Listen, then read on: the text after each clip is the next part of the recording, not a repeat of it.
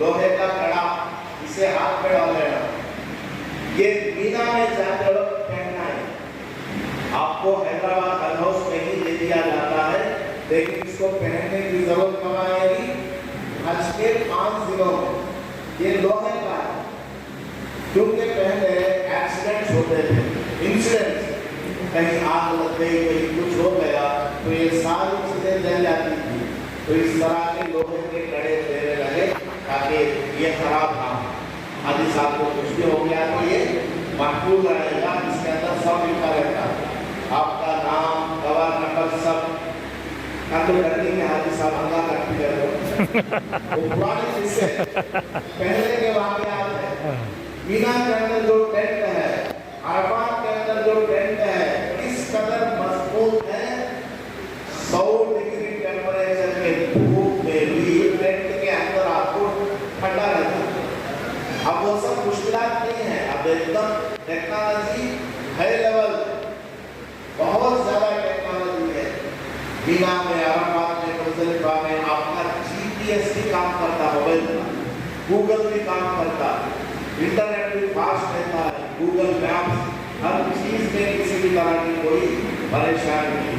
तो इस तरह का आपको कड़ा मिलेगा, ये भी आपको अपने हाथ में डाल लेना मीना को जाते वक्त, हज को जाते वक्त। और ऐसे ही हाथ में बांधने वाले ये बैंड देते हैं, ये तो आपको हैदराबाद में वहाँ काम करने वाले खुद आपके हाथ में बांध देते हैं।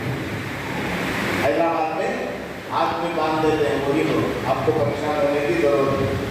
बहरहाल ये सब चीजें आप वहाँ हैदराबाद में ले लेंगे और अपने गले वगैरह में पहन लेंगे।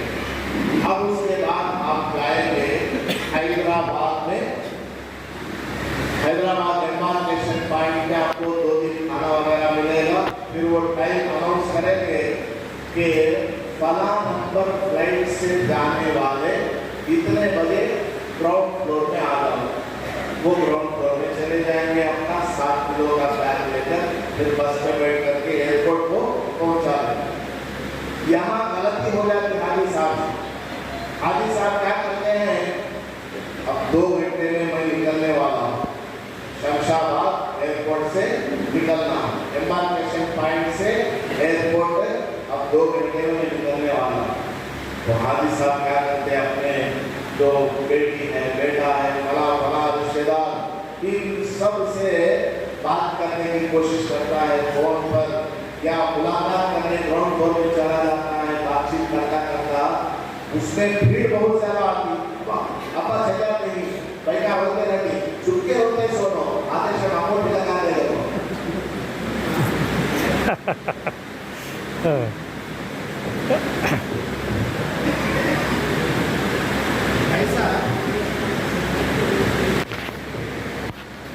ऐसा आपको एक छोटा बैग रखना, एक तो 7 किलो वाला हाइसोच है, उसमें कपड़े, दवाई, चश्मा, ये सब है।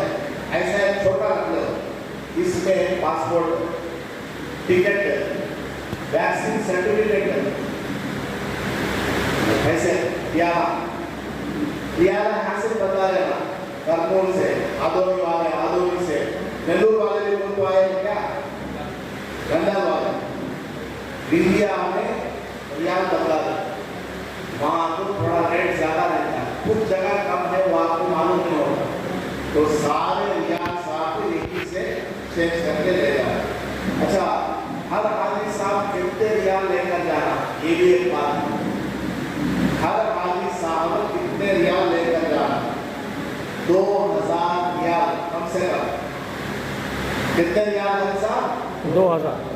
हर आदमी, ये कवर नंबर नहीं बोल रहा हूँ, हर सिंगल पर्सन, अगर आप और आपकी बीवी दोनों हज पर जा रहे हैं तो 4000 रियाल होगा, 1500 रियाल मक्का के वास्ते, 30 पर 2 दिन के लिए, 500 रियाल मदीना मुनव्वरा के वास्ते 8 दिन के लिए।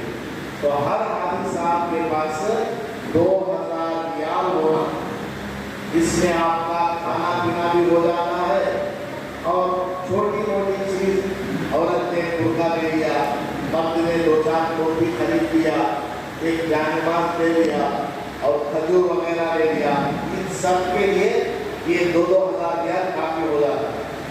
अल्लाह ने क्या तो लेना है तो बंदे मांगने के तरीका है। तो हर हाथी साहब के पास क्या होना, ऐसा बैग होना, एक छोटा 7 किलो के बैग के अलावा ऐसा एक छोटा बैग। और एक बात याद रखना, हाजी साहब को हैंड लगेज में कोई ज्यादा परेशानी नहीं, औरतों के लिए तो कोई परेशानी नहीं। 7 किलो का एक बैग है, औरत मस्जिद के ले जाती है, ये खाने में छोटा रख ली, क्या माँ इसमें पासपोर्ट आई, अच्छा एक पर्स रख ली, पूछता हूँ क्या वो पर्स है, अच्छा चलो। औरतें जो है 2-3 बैग ले जा सकती है आराम से।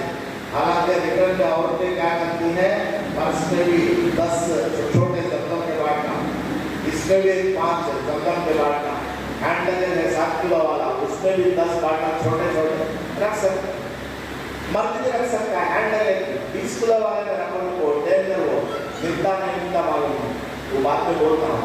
तो हाजी साहब यहाँ एम्बार्केशन पॉइंट से जाएंगे ना एयरपोर्ट, जाने से पहले अपने रिश्तेदारों से मिलते मिलते क्या करता, बहुत सारे लोग मिल रहे हैं, ये इस तरह यहाँ कलमे पर है, मिलते मिलते परेशानी लोग करके हाजी साहब निकाल कर देता, अरे तो पकड़े रहे, अच्छा माँ वो रोता रहता, मुलाकात करता रहता। बाद में क्या होता, उधर अनाउंसमेंट आया था, जी कवर नंबर APF-213-4-09, हाँ मुझे बुला रहे, यहाँ मिला तो भाग गया हाजी साहब, गए बस में बैठ गए, चले गए। हाजी साहब बस में, पासपोर्ट बच्चे के गले में, रोड में। अब उस एक हाजी साहब की वजह से पूरे बस में बैठे हुए 50 हाजियों को परेशानी। अब हाजी साहब परेशान, हाँ चल रहा बच्चे को जला दे, एम्बार्केशन पॉइंट हज हाउस में, अच्छा बच्चे को फोन करो, नंबर मुझे याद नहीं, मोबाइल भी उसमें था। हाजी साहब का मोबाइल पूरी जान उसमें है, खाली बाड़ी सिंगल बाड़ी रहती है। तो ऐसे काम नहीं करना, ये सब तजुर्बे की बातें हैं, इस तरह लोग करते हैं, इसलिए मैं बोलता हूँ आप लोग ये सब याद रखो, इस तरह की परेशानियों से आप बच करके रहें। ये सब हो गया। अब मेन पॉइंट, अब क्या है मेन पॉइंट आने वाला, वो क्या, आप लोग यहाँ से हैदराबाद से जद्दा जाएंगे, हैदराबाद से आप लोग जद्दा जाएंगे, तो आपको जाने के बाद क्या करना, उम्रा करना। सबसे पहले आपको क्या करना है, उम्रा करना। अब यहाँ से गौर से सुनिएगा, दरूद शरीफ एक मरतबा पढ़िए, अल्लाहुम्मा सल्ली अला सय्यिदिना व मौलाना मुहम्मद व बारिक व सल्लिम कमा तुहिब्बु व तर्ज़ा अदद मा तुहिब्बु व तर्ज़ा। अगर आप लोगों की फ्लाइट हैदराबाद से डायरेक्ट जद्दा है, उसके बाद मक्का मुकर्रमा, तो आपको यहीं से एहराम की चादर बांधकर उम्रे की नियत करके तलबिया पढ़ के जाना। अगर आपकी फ्लाइट हैदराबाद से जद्दा नहीं है, फर्स्ट आपको मदीना ले जा रहे हैं, तो आपको सिविल ड्रेस में जाना, नॉर्मल कपड़ों में, उम्रा करने की जरूरत नहीं। मदीना चले जाओ नॉर्मल, वहाँ 8 दिन रहो, मदीना के जो काम है वो बताऊंगा, वो सब करके मदीना से जब आप मक्का जाने लगेंगे बस में, वहाँ से आपको इहराम बांधना, मदीना से मक्का जाते हैं। अब अगर आप हैदराबाद से डायरेक्ट मक्का जा रहे हैं सपोज, तो आपको क्या करना, हैदराबाद हज हाउस में गुस्ल कर लेना, नाखून कट कर लेना, बाल साफ कर लेना अगर बाल पड़े हैं तो, उसके बाद बेहतरीन गुस्ल, साबुन शैम्पू सब इस्तेमाल कीजिए। हैदराबाद हज हाउस में आप नहा लिए, उसके बाद हल्का सा खुशबू भी लगा सकते हैं, बाड़ी के ऊपर हल्का सा लगाना, ज़्यादा नहीं लगाना, उसका निशान नजर आ जाए, एहराम की चादर में अत्तर लग करके नजर आए, इतना ज्यादा नहीं लगा, हल्का सा अत्तर लगा सकते हैं बाड़ी के ऊपर। उसके बाद एहराम की चादर नीचे किए थे, ऊपर किए, बांध देना। एहराम बांधने का तरीका क्या है वो भी देख लीजिए। एहराम की चादर बांधने का तरीका बहुत आसान है। ये एहराम की चादर है ना, ये हाजी साहब को सटाने वाली चादर है, टर्की टवल, वेस्ट टवल, पत्ती होना, पतली एहराम की चादर मैं लाया नहीं, वरना मैं दिखाता आपको, एकदम पतली जैसे मेरा कपड़ा है ना, इस टाइप की चादर अगर है हाजी साहब आराम से रहेंगे। अगर ऐसी मोटी चादर आप बांध देंगे एहराम में, खुजली आदि पूरा नहीं रहना हाजी साहब, खुजली होती, पसीना आता, वजन भी ज्यादा, ये क्या है वजन भी ज्यादा। अगर किसी का पेट बड़ा है फिर तो ला हौला वला कुव्वता इल्ला बिल्लाह, ये एहराम की चादर उठती नहीं, बड़ी परेशानी होगी, इसलिए पतली चादर में क्या करना आपको, पतली चादर। कैसे बांधना कोई मुश्किल नहीं, ये देख लो क्या बात देखते हैं, ले लो, ये बात में नहीं आता, क्या बात में भी आती। ये देखो दोनों किनारे मिला लिए, ऐसा रख लो, देखो नजर आता है, ये ऊपर की चादर है ना, थोड़ा बड़ा रखो, ये पीछे की चादर ऊपर है, ऐसे करके आपने रखना। ये ऊपर एक्स्ट्रा है ना चादर, इसे ऐसे लेकर आओ और यहाँ से ऐसे आपने फोल्ड कर दिया, ऐसे आपने फोल्ड कर दिया। ये ऊपर जो हम एक्स्ट्रा लाए थे उसकी वजह से पर्दा हो जाता है, देखो मैं भी नजर नहीं आ रहा। इस तरह बांध देना, या आपको जैसा कन्वीनियंट हो वैसे बांध दो, आपको जैसा आसान हो वैसा आप बांध सकते हैं। समझ में आ गया, कोई मुश्किल नहीं एहराम की चादर बांधना। और एक बात देखो, ये एहराम की चादर है, तो दोनों हाथ फैला दिए तो भी थोड़ा आगे, इतनी लंबी होना, और थोड़ा लंबी रहे और अच्छा। तो फर्स्ट क्या करो, दोनों किनारे मिला लो, दोनों किनारे मिला दिए, ऐसा करके ये ऊपर किया ना, यहाँ तक पकड़ो, ये नीचे की है, यहाँ लेकर आओ, फिर ऐसे कर लो, ये यहाँ डाल दिया, ये ऊपर जो है ये पर्दे के लिए आ जाएगी, ये हिस्सा पर्दे के लिए आ जाएगा, देखो ये फोल्ड कर दिए, अब ये ऐसे बिल्कुल आसान। बात हाजी साहिबान सीखते नहीं, प्रैक्टिस नहीं करते, हर जगह आओ क्या बन लेना, खुद से बन लेना, खुद से सब काम कर लेना। ये हो गया नीचे की चादर, अब ऊपर की।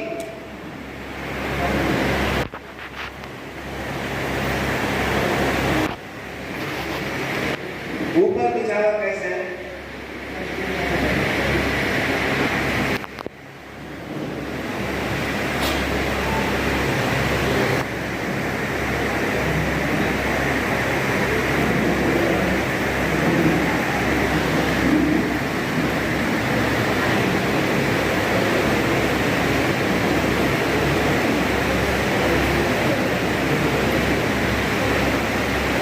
ऊपर की चादर देखो, ये भी कोई मुश्किल नहीं, ऐसे करके ऐसे डाल दिए, ये ज्यादा लंबा है, ऐसे नीचे थोड़ा ऐसे डाल दिया, बस हो गया। ये पीछे इस हाथ से निकाल भी सकते हैं, ये देखो हो गया, ये जो हिस्सा है यहाँ फंसा दीजिए, हो गया आपका एहराम। इस तरीके से एहराम की चादर बांधना कोई मुश्किल नहीं है, 5 दिन आप चल सकते हैं इसमें। हालांकि आपको 5 दिन एहराम की हालत में रहने की जरूरत नहीं है, ज्यादा से ज्यादा 2-2.5 दिन रहना पड़ता है।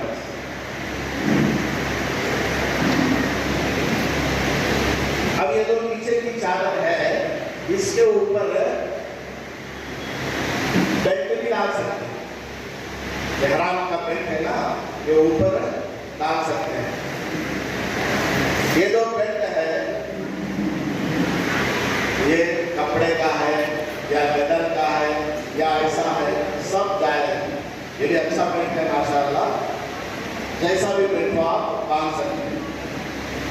एहराम की चादर के ऊपर ये डाल दीजिए। इसमें आप अपना पैसा भी रख सकते हैं। इसमें आप अपना पैसा रख लो, पासपोर्ट का जिराक्स है या आपकी आईडी कार्ड है उसका जिराक्स है, कुछ रियाल, सब इसमें रख सकते हैं, कोई परेशानी नहीं बात। इसके ऊपर सिलाई होती, सिलाई इसके ऊपर सिलाई होती है, इसके बावजूद भी इसे डाल सकते हैं। इसके नाम वगैरह सब क्या उसका नाम और उसके टर्की चादर का नाम और कंपनी का वो कौन सी कंपनी का मालूम नहीं, व्हाट्सएप भाई पूछना। ये नीचे मिलता है, नीचे नीचे मिलता है। शाम में जब आप लोग जाने लगेंगे नीचे ये सारी चीजें वहां बेच रहे होंगे, आप खरीद सकते हैं। आप हैदराबाद से आप कहाँ जा रहे हैं? जद्दा। तो आपको जाते ही मक्का मुकर्रमा उमरा करना। इसके लिए आपको क्या करना?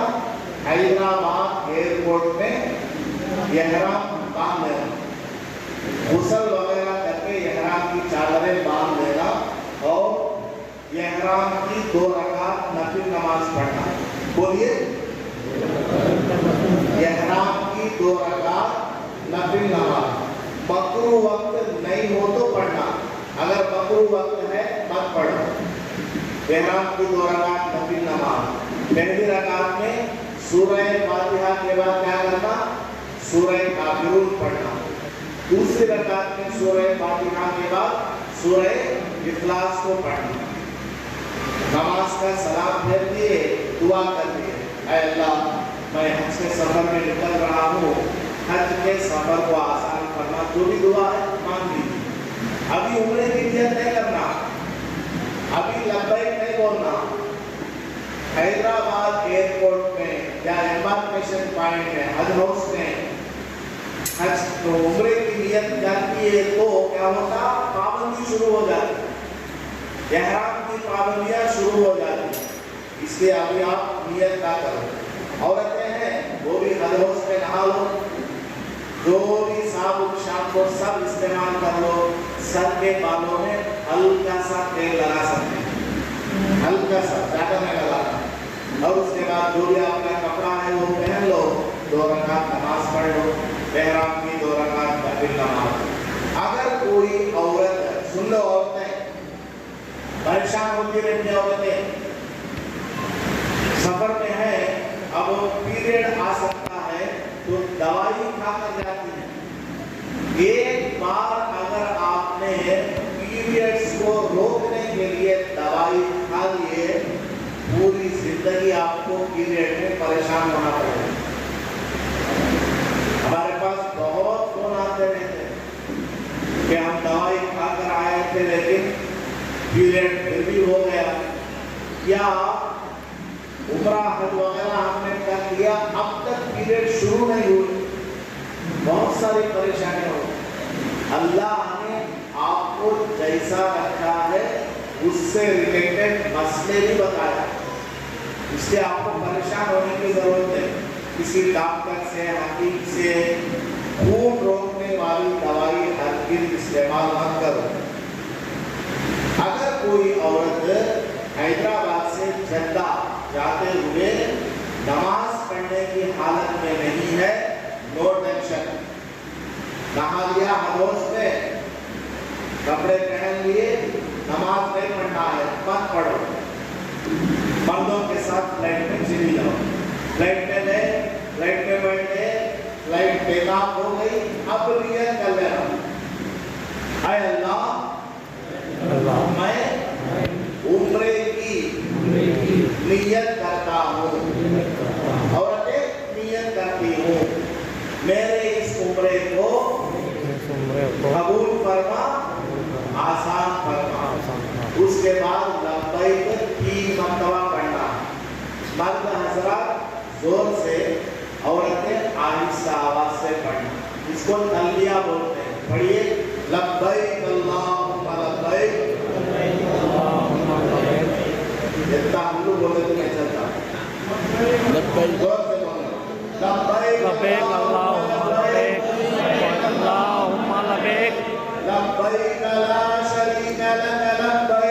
लबैक ला शरीका लक लबैक इन्नल हम्दा वन निअमता लक वल मुल्क ला शरीका लक।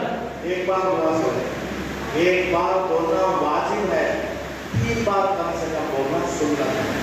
तो फ्लाइट में बैठने के बाद उम्रे की नियत कर लीजिए, उसके बाद 3 बार लब्बैक बोलना।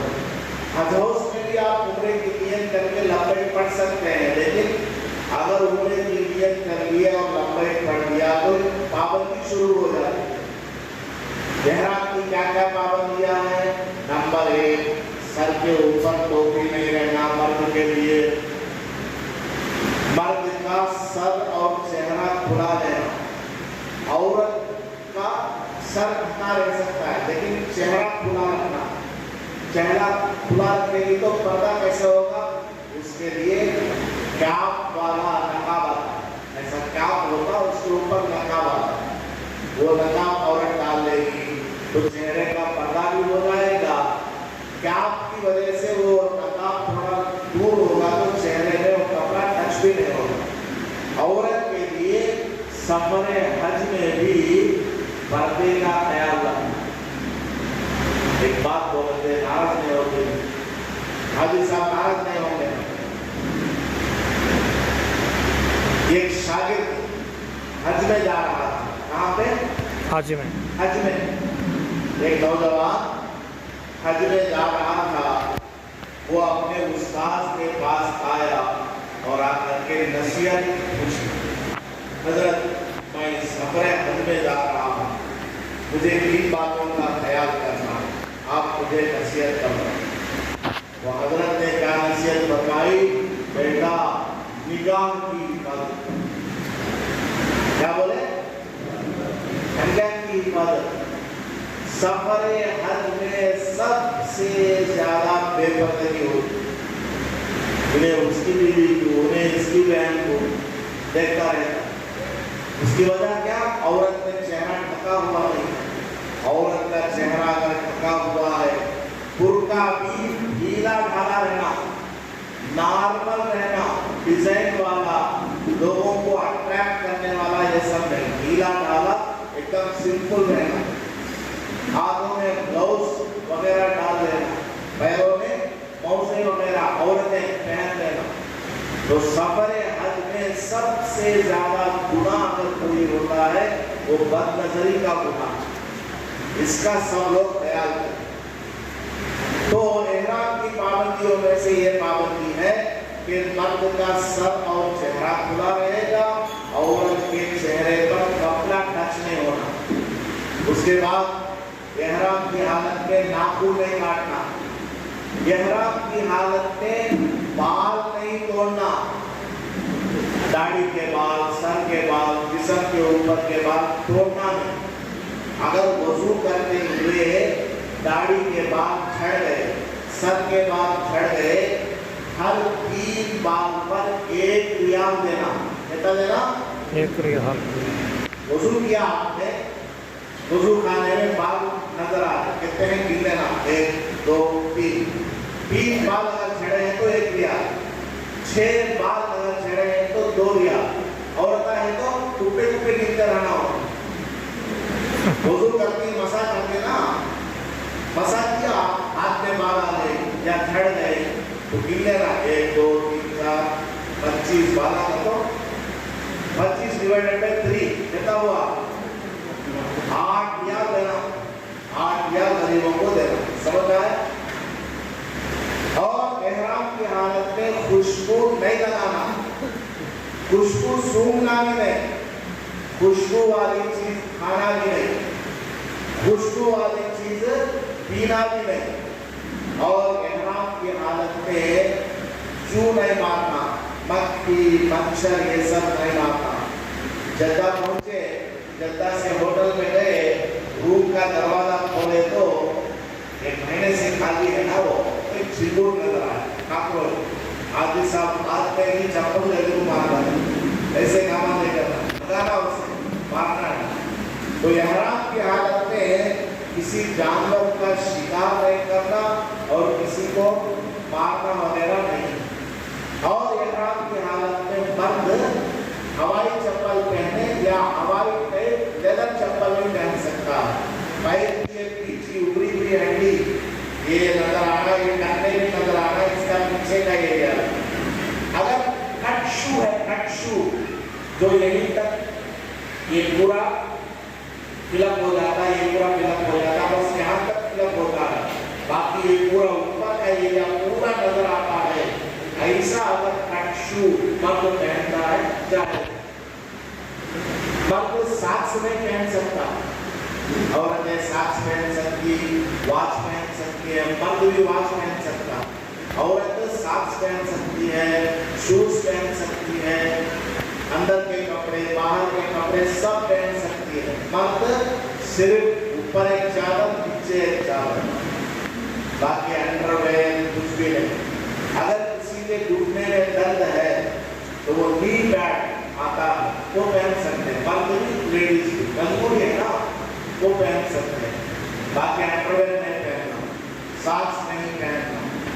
और इहराम की हालत में चश्मा लगा सकते हैं, वॉच भी पहन सकते हैं, सन ग्लासेस भी लगा सकते हैं, दवाई खा सकते हैं। सर में दर्द है टैबलेट खाओ, झंडुआ में लगाना, खुशबू है उसमें। पैरों में दर्द है, वो क्या आता है ना पैर दर्द का लगाने वाला वैसलीन या और कोई वो सब नहीं लगाना, खुशबू है उसमें। इहराम की हालत में आप हैं, हैदराबाद से जद्दा पहुंचे, सुबह हुई, ब्रश ले तो ब्रश करें, आ गए मिसवाक कर लेना। इहराम की हालत में मिसवाक करना, टूथ पाउडर है, टूथपेस्ट है, ये सब नहीं।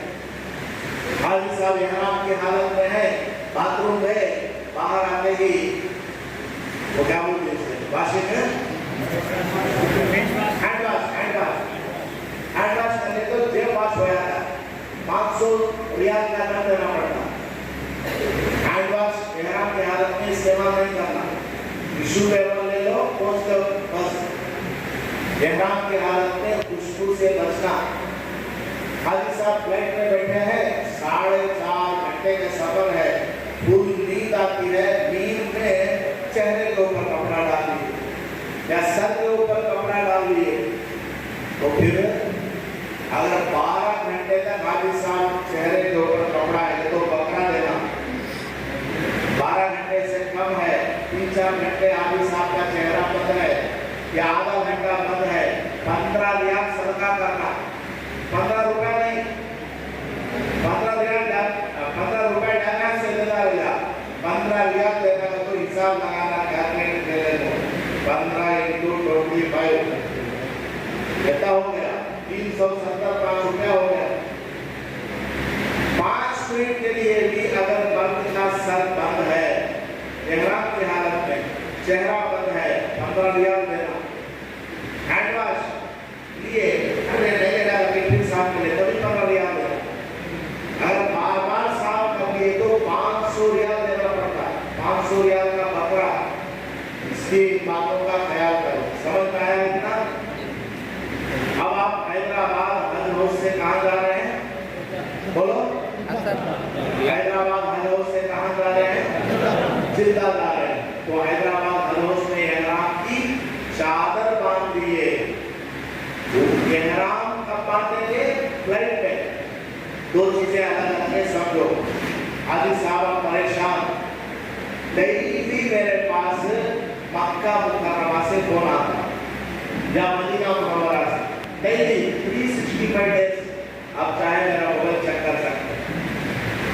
उम्रे के मसाइल, तवाफ के, सही के पूछते रहते लोग बेचारे। अक्सर लोग क्या समझते हैं, ये जो 2 कपड़े हैं ना, इसको इहराम समझते हैं, गलत है।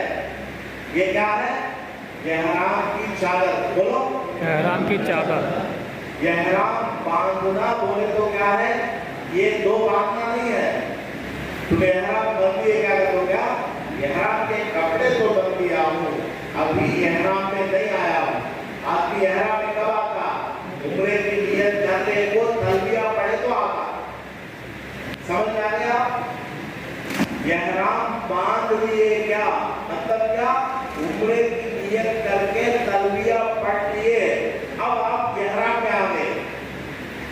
समझ आया है साहब? आप हाँ, इहराम बांध लिए क्या, आपसे कोई पूछा तो आप कब बांधेंगे इहराम? कब बांधने वाले माने जाएंगे? जबकि आपको उम्रे की नियत करके लब्बैक पढ़ लिए, आज ये बात है तो अभी आपके ऊपर पाबंदी शुरू नहीं हुई। ये बांधने को भी आप उसको इस्तेमाल कर सकते हैं, क्योंकि अभी आपने उम्रे की नियत नहीं की, लब्बैक नहीं पढ़ा। ये बांध कर शुरू में आप चल सकते हैं, क्योंकि अभी आपका इहराम शुरू नहीं हुआ। तो इहराम बांधने का मतलब क्या, उम्रे की नियत करना और तलबिया पढ़ना। ये काम करने में से आपके ऊपर जो पाबंदी की हालत आती है उसको कहते हैं इहराम। पाबंदियों की जो हालत आपके ऊपर आती है उसको बोलते हैं कि मैं इहराम में आ गया।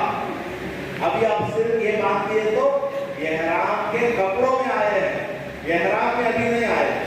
समझ आ गया? बहरहाल अब आप इहराम की चादर बांध करके फ्लाइट में बैठ जाएंगे। फ्लाइट में बैठे, फ्लाइट टेक ऑफ हो गई, तब नियत करो। पास मर्तबा फ्लाइट कैंसिल भी हो जाती, 6 बजे फ्लाइट है, आपको 10 बजे तक भी एयरपोर्ट पे बिठा दिया, ऐसा भी होता है। अब आप अगर इहराम में आ गए हो तो इतने घंटे आप क्या नहीं करना, नाखून नहीं तोड़ना, बालों नहीं तोड़ना, साबुन हैंड वॉश इस्तेमाल नहीं करना, शूज नहीं पहनना, सर के ऊपर टोपी नहीं रखना, नमाज पढ़ना रहे तो भी टोपी के बगैर ही पढ़ना। इस वास्ते बोलते हैं फ्लाइट टेक ऑफ हो जाए तब आप क्या करो, उम्रे की नियत करो। तो फ्लाइट में आप बैठ गए, फ्लाइट टेक ऑफ हो गई, अब आप उम्रे की नियत करो। ऐ अल्लाह भाई, उम्रे की नियत करता हूँ, इसको कबूल करना और आसानी फरमा। उसके बाद लब्बैक 3 मरतबा पढ़ना, लब्बैक अल्लाहुम्मा लब्बैक, लब्बैक अल्लाहुम्मा लब्बैक, लब्बैक ला शरीका लक लब्बैक, लब्बैक ला शरीका लक लब्बैक, इन्नल हम्दा वन्निअमता लक वल मुल्क ला शरीका लक, लब्बैक अल्लाहुम्मा लब्बैक, लब्बैक लब्बैक ला शरीका लक लब्बैक, इन्नल हम्दा वन्निअमता लक वल मुल्क ला शरीका लक, लब्बैक अल्लाहुम्मा लब्बैक, लब्बैक अल्लाहुम्मा लब्बैक, लब्बैक ला शरीका लक लब्बैक, इन्नल हम्दा वन्निअमता लक वल मुल्क ला शरीका लक। 3 मरतबा पढ़ना। लब्बैक का मतलब, लब्बैक आदि साहब को कैसे पढ़ना? क्लासरूम में टीचर उन्हें अटेंडेंस लेता है, रोल नंबर 13 प्रेजेंट साहब, 14 प्रेजेंट साहब, 15 प्रेजेंट साहब। वो जो स्टूडेंट है ना, उन्हें टीचर की तरफ काम लगा के रहता, जैसे टीचर पुकारे और उसका आंसर, और आंसर देते हुए कैसा देता, अदब से देता। प्रेजेंट साहब जो बोलता है ना, प्रोनाउंसिएशन उसका साफ रहता है, आवाज भी एक नॉर्मल रहता है, ढंग भी अच्छा रहता है। तो बंदा जब अल्लाह के घर जा रहा है, लब्बैक बोलने जा रहा है, लब्बैक बोलते वक्त भी बंदे के दिल में क्या तसव्वुर होना, मैं ये जो लब्बैक बोल रहा हूँ मेरा अल्लाह सुन रहा। बड़े ही प्यार के साथ बोलना, मोहब्बत के साथ बोलना, और इस तसव्वुर के साथ बोलना कि मेरा ये लब्बैक अल्लाह ताला कबूल करेगा या नहीं करेगा मालूम नहीं। क्योंकि बहुत सारे हाजी साहब लब्बैक बोलते हैं, अल्लाह मैं हाजिर हूँ, मैं हाजिर हूँ, उधर से अल्लाह ताला जवाब देता है ला लब्बैक, मेरे लब्बैक की आपका जरूरत नहीं, नवत चूहा को खाओ, बिल्ली बच्चा को नहीं करते, सबका पैसा पैसा डुबा करके तू हज को आ रहा है, माँ को तूने सताया, बाप को तूने सताया, बहन को विरासत का हिस्सा नहीं दिया, परा का माल डुबाया, घास खाया, सूद खाया, अब हज करने तू आ रहा है, मेरे लंबे की आने जरूरत। हाँ, पहले सब माफी करा ले, माँ से माफी मांग ले, बाप से माफी मांग ले, बहन से, फला से, बीवी से भी मांग लेना। ये देखो अजीब बात, हाजी साहब और उनकी बीवी दोनों हंसते जा रहे हैं, सारी दुनिया से हाजी साहब माफी मांगते, बीवी से नहीं मांगते। देखो नोट दिस पॉइंट, बीवी से माफी नहीं मांगते, हालांकि उससे भी माफी मांग लेना, उसे इतना ज्यादा परेशान करेगा जैसे। और बीवी भी शौहर से माफी मांग लेना, बीवी भी क्या करना, शौहर से माफी मांग लेना, क्योंकि इसने भी उसको सताया होगा, आपस में कभी ऊंची आवाज हो गई, कभी पैसा ज्यादा डिमांड कर दिया, कुछ भी सताया होगा, आपस में भी माफी मांग लेना। मैं पिछले साल हज में गया, बड़ी खुशी हुई, मुझे रोना भी आ गया। 10 तारीख को बड़े शैतान को कंकर मारने के बाद मैं हमारी घरवाली को लेकर के गर्मी में चल रहा था, छतरी से पकड़ करके जा रहा था, मेरी बीवी ने मुझसे कहा, आपकी जानिब से मेरे लिए कोई भी तकलीफ हुई है, सबको मैंने दिल से माफ कर। तुम्हें अब तक बदले कहता समय ही पूरा A to Z डिलीट तो मैंने भी कहा, तुमने अब डिलीट किया, हम तो निकाह होते उसी वक्त से गली से डिलीट करते आ रहे, तभी से हम माफ करते आ रहे। बीवी है ना, औरत है, औरत साथ से गलतियां होती रही, लेकिन 10 तारीख को वो इतनी खुश हुई, आज मेरा हज हो गया, बड़े शैतान को कंकर भी आसानी से मार दिए, नजदीक से जाकर के बहुत दिल खुश हुआ। तो तवाफ ज़ियारत को जाते जाते वो बोली, आज मैं तुमका माफ कर दूंगा। तो मियां बीवी भी क्या करे, आपस में माफी तलाफी करा करके जाए। तो आप लब्बैक पढ़ते हुए जाएंगे, जद्दा में आपकी फ्लाइट लैंड हो, जद्दा में आप लैंड होंगे, आपका 7 किलो का बैग आपका निकाली मिस हो गया, अरे ऊपर आवाज, अरे ऊपर आया। अब आप जद्दा एयरपोर्ट पर लैंड होंगे, आपके हाथ में छोटा सा बैग है, पासपोर्ट, टिकट, वैक्सीनेशन, एक 7 किलो का बैग में ऊपर रखिए, वो सब लेकर के उतरेंगे। वहां पर आपका लगेज 20-20 किलो का होता है, वो सब का लगेज एक जगह आ जाए। फ्लाइट से उतरने के बाद आपको वहां की जो पुलिस है, आपका फिंगर वो सब देगी, और सबसे पहले आपसे वैक्सीनेशन सर्टिफिकेट पूछेगी। ठीक है, वैक्सीनेशन सर्टिफिकेट है, जब इसमें मेरा फोटो है, वैक्सीनेशन सर्टिफिकेट, इस पर सब लिखा रहता है। ये सर्टिफिकेट आपको इस पर रख लेना, अरे 20 किलो वाले में, फला वाले में, ये सब नहीं चलता। अगर वो पुलिस वाले ने मान लिया तो छोड़ देता, वरना आओ मैं अपना वैक्सीन डाल दूंगा, वो वहाँ वैक्सीन डाल देगा। इसलिए आप अपने साथ में ये रख करके ले जाए, हैंड लगेज, और ये छोटे वाले 7 किलो का बैग आप लेकर के जाएंगे। वहाँ पहुँचने के बाद ऐसा कोट पहने रहते, कौन नाम याद रख लो, खादिमुल हुज्जाज, क्या बोलो, क्या नाम है? हर फ्लाइट में 1 या 2 खादिमुल हुज्जाज होते हैं, उन्होंने ऐसा कोट पहने रहते, उसके पीछे लिखो रहता खादिमुल हुज्जाज इंडिया हज 2025। क्या पहनना, येलो कलर का क्या, इंडिया हज के बाद इंडिया लिखा रहता है। ऐसे लोग आपको एयरपोर्ट में भी मिलेंगे, वो आपको बुलाएंगे, हाँ कौन से फ्लाइट से आए तुम्हें, अच्छा हैदराबाद आए, चलो इधर जाओ, वो आपको गाइड करेंगे। सारे 200 हाजी जितने भी हम फ्लाइट में, एक तरफ को दिखा देगा, सब वहाँ बैठेंगे, आराम करेंगे, कुछ खाना पानी वगैरह भी देते हैं वो, वरना आपको अपने साथ में लेकर जाना, छोटे मोटे तरह की चीज लेकर जा रहा है, तो वहाँ आराम से बैठ जाइए। बाद में वो कहेंगे आपका सारा लगेज मक्का हम भेज देंगे, आप सिर्फ 7 किलो का बैग लेकर जाओ और ये छोटा ये लेकर जाओ। तो सारे हाथियों का 20-20 किलो का लगेज है ना, वो बड़े बड़े ट्रक में डाल करके आपकी बिल्डिंग के सामने लाकर छोड़ देंगे। वहां फिर काम करने वाले होते हैं, वो लोग आपका सामान अंदर लाएंगे और ऊपर आपके कमरे के सामने लाकर रख देंगे। समझ आ रहे? तो आपको परेशान होने की जरूरत नहीं।